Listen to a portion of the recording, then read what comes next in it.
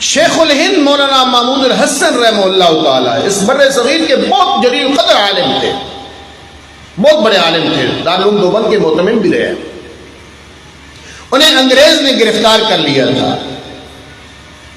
اور وہ بالٹے، یہ کالے پانیوں کے جو پرانے لوگ ہیں جنہوں نے تاریخ پڑھی ہے انہیں معلوم ہے کہ انگریز جیسے آج گوانتانا موبے کی جیلیں ہیں نا، یہ ابو غریب کی جیل ہے، اس طرح جس کو سخت اذیت دینی ہوتی تو اس کو کالے پانیوں میں یا مالٹا میں قید کرتے تھے، قید تنہائی میں رکھتے تھے۔ مولانا محمود الحسن علم و عمل کا ایک پہاڑ کوہ گراں تھے، ان کو گرفتار کر کے وہاں قید کر دیا گیا، اور وہ تقریباً 4 سال انگریز کی قید میں رہے۔ 70 سال کے قریب جب عمر کی پہنچنے لگے، بڑھاپا آ گیا، رہائی ہوئی، تو وہ دارالعلوم دیوبند جو بر صغیر کا بہت بڑا ادارہ ہے، اگر میں یہ کہوں کہ لاکھوں لوگ اب تک وہاں سے پڑھ چکے ہیں تو یہ مبالغہ نہیں ہوگا، قیام پاکستان سے پہلے کا ادارہ ہے وہ۔ مولانا محمود الحسن رحمہ اللہ تعالی جب وہاں سے رہا ہو کر آئے جیل سے، تو آپ نے کہا کہ تمام طلباء کو اور تمام سٹاف کو اور تمام اساتذہ کو جمع کرو، میں ان سے ضروری بات کرنا چاہتا ہوں۔ اب عالم ہے، شیخ الحدیث ہے، مفسر قرآن ہے، اور قید تنہائی سے گزر کر آیا ہے۔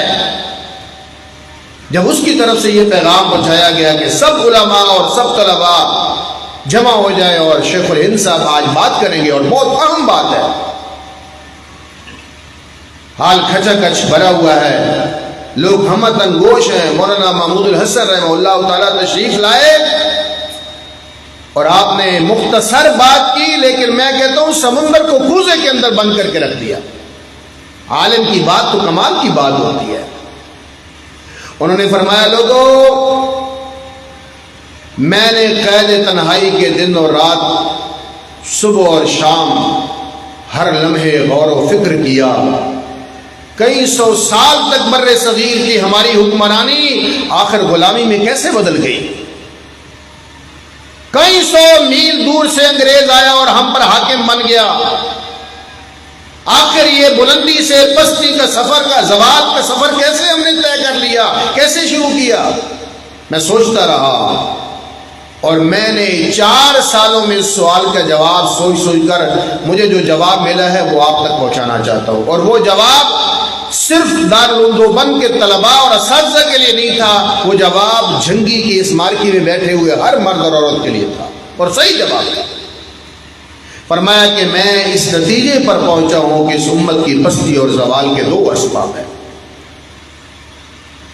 لمبی بات نہیں کی، فرمایا پہلا سبب یہ ہے، ہم اقتدار سے زوال تک اس لیے پہنچے، ہم بادشاہی سے غلامی کی زنجیروں میں اس لیے جکڑے گئے کہ ہم نے قرآن سے ناطہ توڑ دیا ہے، اور دوسرا سبب یہ ہے کہ ہم نے اتفاق اور اتحاد کی بجائے فرقوں میں اپنے آپ کو بانٹ لیا۔ یہ 2 اسباب ہیں، اور میں کہتا ہوں شیخ الہند رحمہ اللہ تعالی نے صحیح نبض پہ ہاتھ رکھا ہے، صحیح تشخیص کی ہے، اور پریکٹیکلی یہ دونوں باتیں ایک ہی ہے۔ جب آپ قرآن سے ٹوٹتے ہیں تو پھر آپ فرقوں کو اپنے لیے سب سے قابل فخر بناتے ہیں۔ بس ایک بات کہہ کے پھر میں آگے بڑھوں گا۔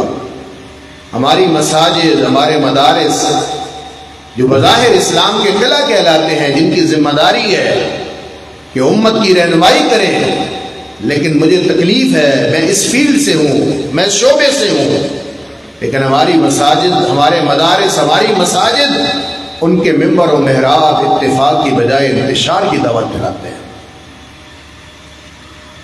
لوگوں کو تقسیم کیا جا رہا ہے، اور قرآن کم اور کہانیاں زیادہ بیان کی جاتی ہیں۔